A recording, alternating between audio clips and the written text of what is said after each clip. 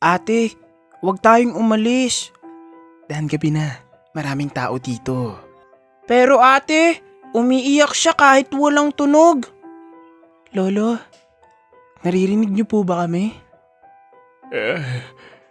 Nawawala ako. Hindi ko alam kung saan uuwi. Ano pong pangalan niyo? Nakalimutan ko. Ate, paano kung tayo na lang ang maalala niya? Kung iiwan natin siya ngayon, makakatulog ka ba mamaya? Hindi ate.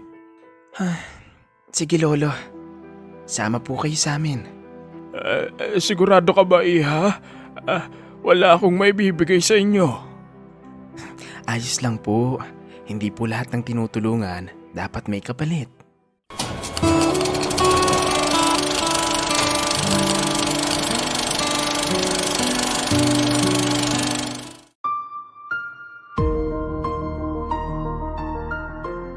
Ang tunay na kabutihan ay ginagawa kahit walang nakakakita. Sa isang masikip na squatter area sa lungsod, nakatira ang batang si Ann kasama ang kanyang ama na si Lando, ang kanyang ina na si Fe, at ang nakababatang kapatid na si Dan. Ang kanilang bahay ay gawa lamang sa pinagtagpi-tagping kahoy at yero. May mga bitak sa dingding at butas sa bubong na tinatakpan lamang ng karton at lumang tarpaulin. Kapag umuulan, hindi na bago sa kanila ang tunog ng patak ng tubig na bumabagsak sa sahig. Ann, ilapit mo yung timba rito! Sigaw ni Lando noong isang gabing malakas ang ulan. Opo tay! Mabilis na sagot ni Ann habang inililipat ang timba sa ilalim ng tumutulong bubong. Sa kabila ng ganitong pamumuhay, hindi kailanman mawawala ang tawanan sa kanilang munting tahanan. Madalas silang magkakasalo sa hapag sa isang maliit na mesa kahit kanin at ulam na madalas ay tuyo o sardinas. Ngunit para sa kanila, sapat na yun. Bata pa lamang sina Ann at Dan ay marunong na silang tumulong. Araw-araw matapos ang klase, kahit dala pa ang mabibigat na bag at puno ng alikabok ang kanilang mga damit, agad nilang kinukuha ang lalagyan ng kwek-kwek at mga kakanina. Ate, ako na magdadala ng sausawan. Masiglang saad ni Dan. Sigurado ka? Mabigat yan. Tugon ni Ann. Kaya ko to ate, para mas mabilis tayong makauwi. Nakangiting sagot ng bata. Magkatabi silang naglalakad patungong palengke. Doon sila tumitigil sa gilid. Sumisigaw ng marahan, ngunit puno ng sigla. Kwek-kwek po! Mainit pa! Merienda po kayo dyan! Saad ng mga bata. May mga taong bumibili. May mga dumadaan lang. Minsan, may nagbibigay ng sobrang bayad at sinasabing, mag-aral kayong mabuti ha? Saad ng taong bumibili. Sa tuwing maririnig nila yon, napapangiti si Ann at mas lalo siyang ginaganahang magpatuloy. Ate, paglaki ko, gusto kong maging guro. Biglang saad ni Dan habang nagbibilang ng bariyang kinita. Napangiti si Ann. Ako naman, gusto kong magkaroon ng magandang trabaho para hindi na magtinda si inay. Pag-uwi nila ng bahay, sasalubungin sila ni Fe. Pawisan at pagod mula sa labada ng kapitbahay. Naku mga anak, pagod na kayo. Sabi nito habang inaayos ang kanilang buhok. Okay lang po, Nay. Sagot ni Ann. May naipon kami para bukas. Mapapaupo si Fe. Hahawak sa kamay ng mga anak at sasabihin ang paulit-ulit. Ngunit makapangyarihang mga salita. Hindi baling pagod. Basta magkakasama tayo. Wika ni Fe. Opo, Nay. Masaya po kami na kahit papano ay nakatulong po kami. At sa mga salitang yun, kahit masakit ang paa at gutom ang sikmura, nagiging magaan ang lahat. Sapagkat sa munting bahay na yon, sa gitna ng kahirapan, namumuhay ang isang pamilyang mayamang mayaman sa pag-ibig at pag-asa. Isang hapon, habang pauwi na sina Ann at Dan mula sa palengke, unti-unting bumibigat ang kanilang mga hakbang. Pagod ang kanilang mga paa at ang init ng araw ay tila dumidikit pa sa balat. Bitbit pa rin ni Ann ang lalagyan ng paninda, habang si Dan ay may hawak na supot ng kaunting kinita nila noong araw na yun. Habang tinatahak nila ang makitid at abalang kalsada, may isang tanawin ang biglang pumukaw sa kanilang pansin. Ang isang matandang lalaking nakahandusay sa gilid ng daan. Payat ito, gusot ang buhok at marumi ang suot na damit na tila ilang araw nang hindi napapalitan. Bahagya itong gumagalaw, ngunit halatang wala ng lakas upang tumayo. Maraming tao ang dumaraan. May ilang tumitingin saglit, ngunit agad ding iniiwas ang paningin. Ang iba na may nagmamadali, waring walang napapansin. Napahinto si Dan at marahang hinila ang laylayan ng damit ni Ann. Ate, parang nahihirapan siya. Bulong ni Dan na puno ng pag-aalala ang mga mata. Tumingin si Ann sa matanda, saka sa mga taong patuloy lang na naglalakad. Sandaling nag-alinlangan ang dalaga, ngunit nanaiga ang kanyang konsensya. Hindi tayo pwedeng umalis na lang, sabi ni Ann. Tutulungan natin siya. Lumapit sila sa matanda. Dahan-dahang inilapag ni Ann ang lalagyan ng paninda at inilalayan itong umupo. Si Dan naman ay mabilis na kinuha ang natitirang tubig sa bote at inabot ito. Tay, inom po muna kayo. Mahinang sabi ni Dan. Marahang tinanggap ng matanda ang bote. Nanginginig ang kamay habang umiinom. Napapikit ito sandali. Wari gumagaan ang pakiramdam. Salamat. Mahinang sambit ng matanda. Umupo si Ann sa tabi nito at maingat na nagtanong. Ano po ang pangalan niyo? Sandaling natahimik ang matanda. Tila pilit nitong hinahalungkat ang kanyang alaala. Kumunot ang noo ng matanda at bahagyang napapikit bago sumagot. Hindi ko masyado maalala. Tawagin niyo na lang ako siguro, Joseph. Wika ng matanda. Nagkatinginan si Ann at Dan. Halatang may pagkalito sa tinig ng matanda. May uuwian po ba kayo? May pamilya po kayo? Tanong ni Ann. Umiling si Joseph. Parang matagal na akong nag-iisa. Hindi ko na masyadong maalala. Saad ng matanda. Naramdaman ni Ann ang bigat sa kanyang dibdib. Tiningnan niya si Dan na ngayoy tahimik at nakakunot ang noo. Tila pilit inuunawa ang sitwasyon. Ate, Mahinang sabi ni Dan. hindi ba pwedeng tulungan natin siya kahit sandali lang? Napatingin si Ann sa kalangitan. Nakita niya na nagbabadya ang malakas na ulan. Saka muling napatingin kay Joseph. Alam niyang wala silang magandang tirahan, ngunit alam din niyang may konsensyang hindi kayang talikuran. Sige, Matatag na sagot ni Ann. hindi natin siya iiwan dito. Dinala ni Ann at Dan si Joseph sa kanilang munting bahay. Pagdating nila, agad na napatingin sina Lando at Fe. Baka sa kanilang mga muka ang gulat at pag-aalala sa kalagayan ng matanda. Sino siya? Tanong ni Lando. Tatay, nakita po namin siya sa daan. Sagot ni Ann. Nahihirapan po siya at wala na raw po siyang masyadong maalala. Dugtong ng bunso. Tahimik na pinagmasdan ni Fe ang matanda. Ang maruruming damit, ang nanginginig na katawan, at ang mga sugat sa balat. Lumapit siya at marahang inalalayan si Joseph papasok sa bahay. Alika po lolo, pasok muna kayo. Mahinahong saad ni Fe. Kumain na po ba kayo? Dagdag ng babae. Bahagyang umiling ang matanda. Hindi na nag-atubili si Fe. Inihain niya ang nakahandang kanin at ulam kahit iyon na lamang ang natitira para sa gabi. Tahimik na kumain si Joseph. Tila matagal nang hindi nakakatikim ng mainit na pagkain. Habang abala si Fe sa kusina, kumuha naman si Ann ng lumang kahon ng gamot.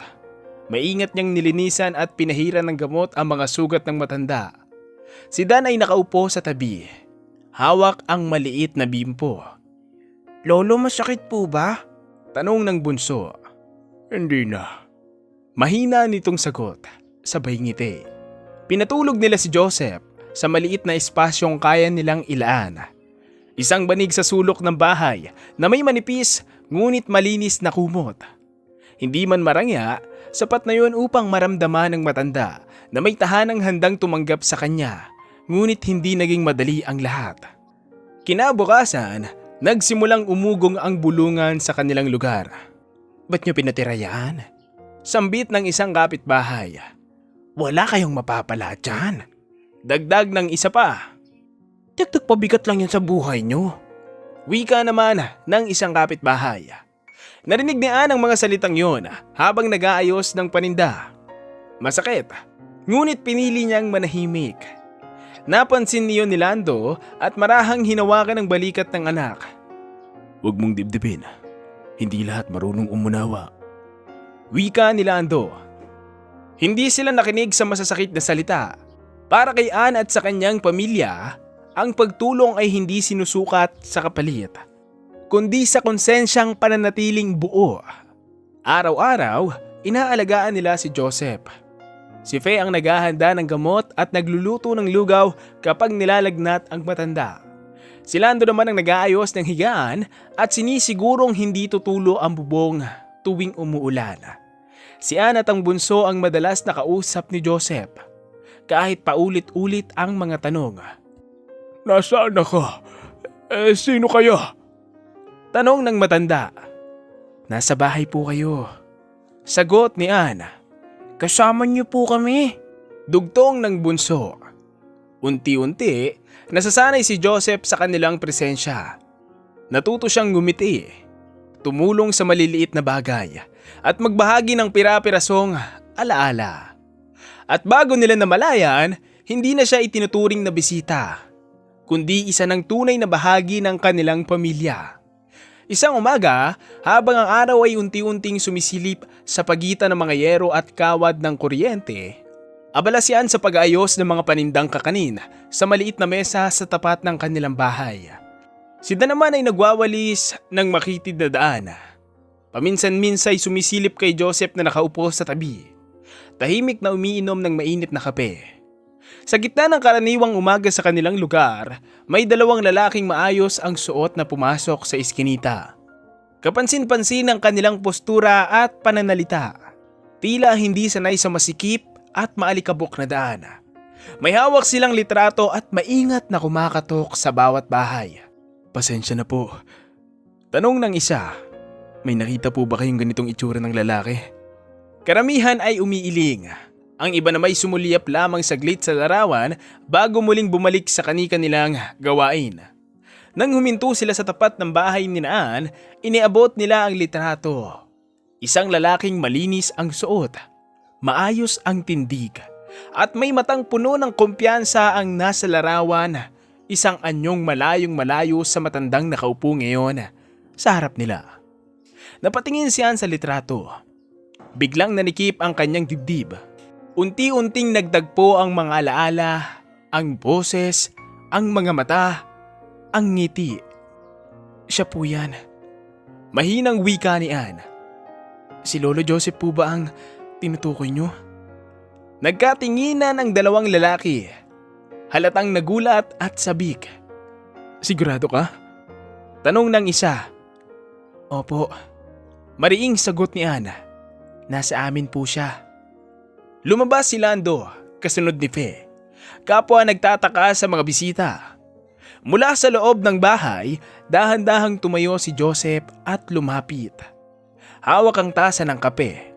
Tila nagtataka sa nangyayari. Napatingin ang dalawang lalaki sa kanya at halos sabay silang napahinto. Siya nga. Bulong ng isa. Kayo po ba si Joseph de la Cruz? Tanong ng isa, nanginginig ang tinig. Tumingin si Joseph sa kanila. Bakas ang pagkalito sa kanyang muka. Ako nga si Joseph. Sagot ng matanda. Mahina, ngunit malinaw. Ipinaliwanag ng mga lalaki na hinahanap siya ng kanyang mga anak. Matagal na. Walang tigil at hindi sumuko kahit lumipas ang maraming taon. Sinabi nilang inakala na ng marami na wala na siya. Ngunit ang kanyang mga anak ay patuloy na naniwalang buhay pa siya. Habang nagsasalita ang mga lalaki, unti-unting nagtipon ang mga kapitbahay. Ang mga bulong-bulungan noon ay napalitan ng katahimikan at pagkagulat. Napatingin si Dan kay Joseph at mahigpit na hinawakan ang kamay nito. Lolo, Tanong ng bunso. aalis ka na po ba? Napatigil si Joseph. Tumingin siya kay Dan. Saka kay Ann, ang batang nag-alaga sa kanya. Ang pamilyang tumanggap sa kanya nang wala siyang maibigay. Hindi ko pa alam. Sagot ni Joseph. May bahid ng lungkot. Pero may mga anak pala akong naghahanap sa akin. Tahimik si Ann. Pinilit niyang ngumiti kahit mabigat ang pakiramdam. Lolo, saad ni Ann. Karapatan po nilang makita kayo. Siguro, eto na po yung tamang panahon. Sa sandaling yun, naghalo ang saya at lungkot. Saya dahil natagpuan si Joseph. At lungkot dahil alam nilang may pamamaalam na paparating. At sa gitna ng umagang yon, isang simpleng litrato ang naging tulay ng dalawang mundong matagal nang nagkahiwalay. Hindi alam ni Ann, Dan, Lando at Fe na habang nag-uusap pa sila, tinawagan na pala ng mga tauhan ang mga anak ni Joseph. Mabilis ang naging tugon nila. Matagal na nilang hinihintay ang balitang yun at sa umagang yun, may paparating na hindi inaasahan ng lahat.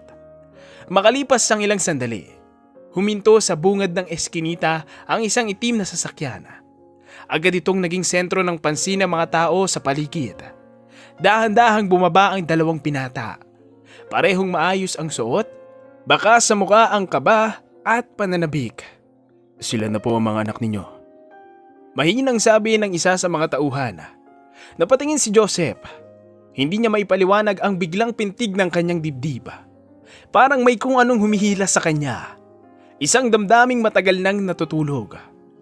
Lumapit ang dalawang binata. Tumigil sila sa harap ni Joseph. Kapwa nanginginig ang kamay.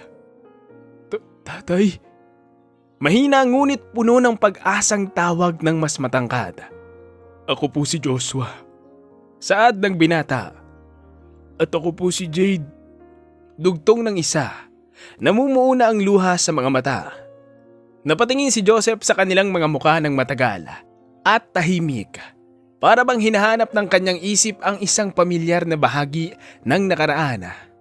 Bigla, may kumislap sa kanyang alaala. Isang bahay, mga halakhak ng bata, isang lalaking tinatawag na tatay. Hinawakan niya ang kanyang ulo. Lumapit si Ann at marahang hinawakan ang kamay ng matanda. Lolo, sila po ang mga anak ninyo. Mahinahong wika ni Ann. Sa sandaling yon, tila may nabuksang pinto sa isip ni Joseph. Sunod-sunod ang mga larawan. Dalawang batang tumatakbo sa hardin. Isang lalaking tinatawag siyang ama. Isang pangakong hinding-hindi mawawala. Napatingin siya kay Joshua. Sa mga mata nito, nakita niya ang sarili. Kay Jade naman, ang ngiting matagal niyang nakalimutan. Joshua. Mahinang sambit ni Joseph. Jade. Napahagulgol ang dalawang binata. Naalala niyo po kami? Umiiyak na tanong ni Jade. Tumango si Joseph. Tuluyang bumalik ang alaala, ang aksidente, ang pagkahulog, ang pagkawala, ang mahabang panahong nag-iisa. Mga anak ko. Nanginginig na sabi ng matanda. Hindi ko kayo iniwan. Nawala lang ako.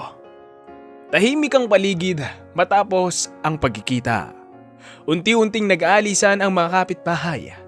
Ngunit nanatiling mabigat ang hangin sa munting tahanan ni Ann at Dan. Sa isang sulok, nakatayo sina Joshua at Jade. Nagbibigay galang at nagpapasalamat kina Lando at Fe. Ngunit sa gitna ng lahat, may isang pamamaalam na hindi madaling bitawan. Umupo si Joseph sa tabi ng hagdana. Nakatingin kina Ann at Dana. Matagal siyang nanahimik. Tila sinusulit ang bawat sandali, ang bawat tunog, ang bawat anyo ng dalawang batang nagbigay sa kanya ng tahanan noong wala na siyang maalala. Lumapit si Dan at mahigpit na hinawakan ang kamay ng matanda. Lolo, Mahinang sabi ng bunso. isama po ba kayo sa kanila? Huminga ng malalim si Joseph. Tumango siya. Mabagal. Puno ng lungkot. Oo, bunso. Sagot ng matanda. Hinahanap nila ako at natagpuan na nila. Biglang namula ang mga mata ni Dana. Yumakap siya sa tuhod ni Joseph. Pilit pinipigilan ang luha. Lolo, huwag niyo po kaming kalimutan, no? Pakiusap ng bunso. Hindi na napigilan ni Joseph ang sarili. Hinaplos niya ang buhok ng bata at marahang niyakap. Paano ko kayo makakalimutan? Sabi niya, nanginginig ang tinig. Kayo ang nagbigay sa akin ng pag-asa na mabuhay pa. Tahimik si Ann sa isang tabi. Pinagmamasdan niya ang eksena. Pilit pinatatag ang loob. Lumapit si Joseph sa dalaga at humawak sa kanyang mga kamay, magaspang man ang palad, ngunit puno ng init ng pagpapasalamat. Ana, Wika ng matanda. kung hindi dahil sa inyo, baka wala na ako ngayon. Umiling si Ann at pilit ngumiti. Lolo, ginawa lang po namin ang tama. Sagot ng dalaga. Masaya po kami na may pamilya na ulit kayo. Napatingin si Joseph sa mga matang puno ng malasakit at lakas. Hindi lahat kayang gumawa ng tama kapag wala silang kapalit. Marahang saad ni Joseph. Pero kayo, ginawa niyo yon dahil busilak ang inyong puso. Kinuha ni Joseph ang isang maliit na kahon mula sa bulsa. Hindi ito mamahalin, ngunit malinaw na may halaga sa kanya. Ito, saad ni Joseph at iniabot kay Ann. Para maalala mo na may isang matandang minsang naging bahagi ng buhay niyo. Tinanggap iyon ni Ann kahit nanginginig ang kamay. Lumapit si Dan at muling yumakap sa matanda. Lolo, Bulong ng bata. babalik po ba kayo? Ngumiti si Joseph. Isang ngiting puno ng pangako. Babalik ako. Pangako yan. Sagot ni Joseph. Sa uling pagkakataon, sabay na niyakap ni Joseph sina Ann at Dan. Isang yakap na puno ng pasasalamat, pangungulila at pagmamahal. At sa sandaling yun, natutunan ng magkapatid na ang tunay na kabutihan ay hindi natatapos sa pamamaalam. Bagkus, doon ito lalong tumatatak sa puso.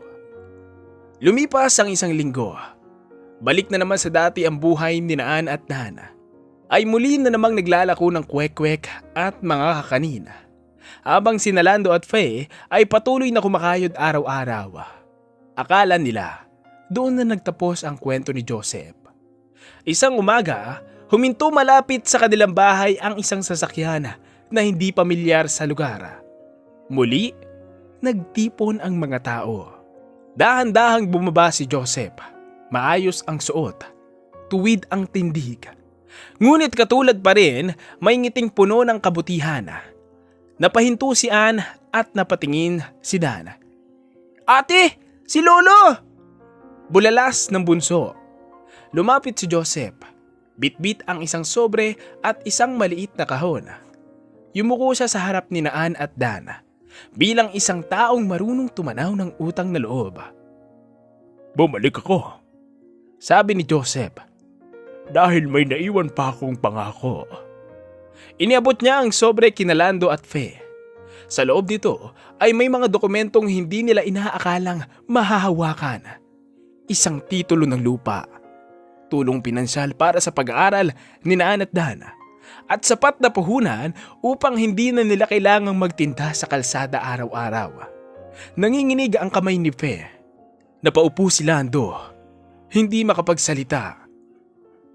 Hindi namin ito hiningi. Mahinang saad ni Lando. At hindi ko rin ito ibinibigay ng may kapalit. Sagot ni Joseph. Ito'y pasasalamat sa lahat ng kabutihan ninyo sa akin. Lumapit si Joseph kina Ann at Dan. Inabot niya ang maliit na kahon. Sa loob nito ay isang simpleng relos. Para sa oras na ibinigay ninyo sa akin. Saad ni Joseph. At paalala na kahit minsan kayong napagod, pinili niyong maging mabuti. Napaluha si Ann. Lolo, Wika ni Ann. ang pinakamalaking nabigay niyo sa amin ay pag-asa. At ang pinakamalaking naibigay ninyo sa akin Sagot naman ni Joseph. ay kabutihan noong labis akong nahihirapan. Bago tuluyang umalis, muli niyang niyakap ang pamilya. Isang yakap na hindi naghahanap ng salita. Sa pagdalikod ni Joseph, dala niya ang pasasalamat. Ngunit iniwan niya ang pagbabago. At mula noon, napatunayan ni Ann at Dan at pamilya nito na ang kabutihang ginagawa ng tahimik ay may malakas na tinig. Hindi man agad bumabalik, ngunit tiyak na dumarating sa tamang oras. At hanggang dito na lang ang magandang istoryang ito.